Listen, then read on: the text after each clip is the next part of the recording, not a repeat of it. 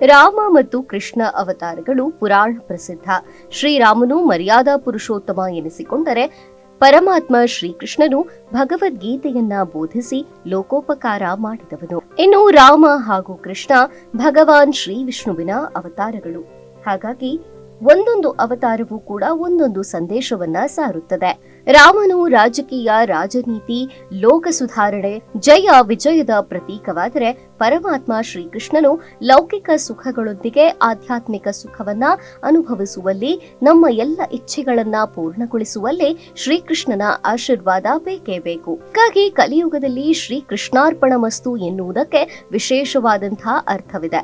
ಹಾಗೂ ಎಲ್ಲವೂ ಕೃಷ್ಣನ ಪ್ರೀತ್ಯರ್ಥವಾಗಿ ಮಾಡಲಾಗತ್ತೆ ಎನ್ನುವಂತಹ ನಂಬಿಕೆಯೂ ಕೂಡ ಇದೆ. ಇಂತಹ ಕೃಷ್ಣನ ಉತ್ಕೃಷ್ಟವಾದ ಮಂತ್ರಗಳನ್ನ ಹೇಳೋದ್ರಿಂದ ನಮ್ಮ ಎಲ್ಲ ಇಚ್ಛೆಗಳು ಪೂರ್ಣವಾಗತ್ತೆ.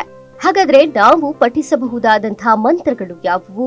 ಈ ಮಂತ್ರಗಳಿಂದ ಯಾವ ಸಿದ್ಧಿ ಉಂಟಾಗುತ್ತೆ ಮತ್ತು ಕೃಷ್ಣನ ಅನುಗ್ರಹ ಈ ಮಂತ್ರಗಳಿಂದ ಸಿದ್ಧಿಸೋಕೆ ಕಾರಣವೇನು? ಇದನ್ನೆಲ್ಲ ಹೇಳ್ತೀನಿ, ಕಂಪ್ಲೀಟ್ ವಿಡಿಯೋನ ನೋಡಿ. ಎಸ್, ಈಗಾಗಲೇ ಹೇಳಿದ ಹಾಗೆ ಶ್ರೀಕೃಷ್ಣನ ಮಂತ್ರವು ಲೌಕಿಕದಲ್ಲಿರುವಂತಹ ನಮ್ಮ ಎಲ್ಲ ಇಚ್ಛೆಗಳನ್ನು ಪೂರ್ಣಗೊಳಿಸುತ್ತೆ.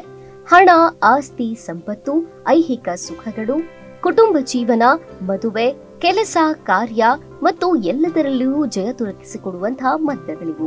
ಅದರಲ್ಲಿ ಮುಖ್ಯವಾಗಿ ಐಶ್ವರ್ಯ ಹಾಗೂ ಸಂಪತ್ತಿನ ವಿಚಾರವಾಗಿ ನಮ್ಮ ಹಣ ಬರಬೇಕಿದ್ರೆ, ಎಲ್ಲೋ ಸಿಲುಕಿ ಹಾಕಿಕೊಂಡಿದ್ರೆ ಅಂತಹ ಹಣವನ್ನ ಈ ಕೃಷ್ಣ ಮಂತ್ರ ಜಪ ಮಾಡೋದ್ರಿಂದ ಖಂಡಿತವಾಗಿಯೂ ನಮಗೆ ತಲುಪುತ್ತೆ ಮತ್ತು ಸಂತೋಷವಾಗಿ ನಿರಂತರವಾಗಿ ಹಣದ ಹರಿವು ನಮ್ಮೊಡನೆ ಬರುತ್ತೆ. ಹಾಗಾದ್ರೆ ಆ ಕೃಷ್ಣನ ಮೂಲ ಮಂತ್ರ ಯಾವುದು ಗೊತ್ತೇ?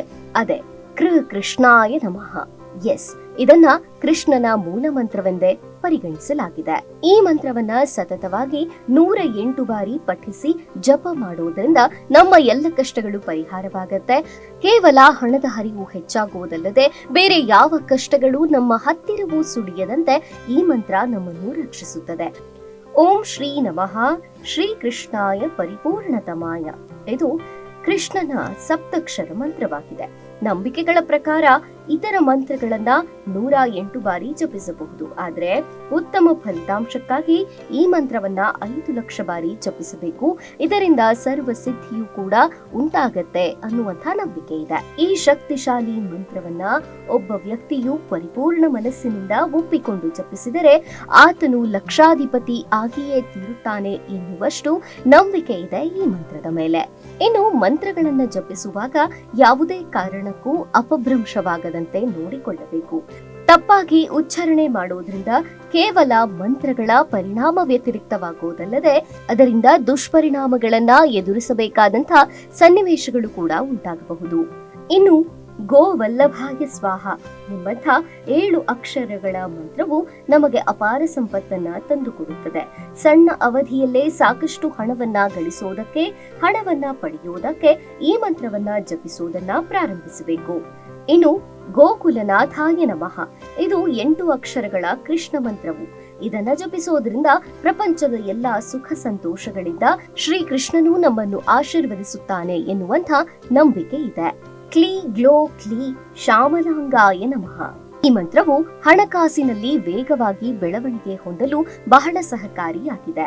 ಇನ್ನು ಅತ್ಯಂತ ಪ್ರಸಿದ್ಧವಾದ ಮಂತ್ರ ನಮೋ ಭಗವತೆ ಶ್ರೀ ಗೋವಿಂದಾಯ. ಈ ಮಂತ್ರವು ಶಾಂತಿ ಸಮೃದ್ಧಿಯನ್ನ ದೊರಕಿಸುತ್ತದೆ. ಪ್ರೇಮ ವಿವಾಹ ಬಯಸುವರಿಗೆ ಈ ಮಂತ್ರ ಹೆಚ್ಚು ಪ್ರಯೋಜನಕಾರಿ ಎನ್ನಲಾಗಿದೆ. ಇದು ಪ್ರೇಮ ಸಂಬಂಧದಲ್ಲಿನ ಕಲಹಗಳನ್ನ ದೂರ ಮಾಡುತ್ತೆ, ಪ್ರೀತಿ ಪಾತ್ರರೊಂದಿಗೆ ಸಂಬಂಧವನ್ನ ಉತ್ತಮಗೊಳಿಸುತ್ತೆ.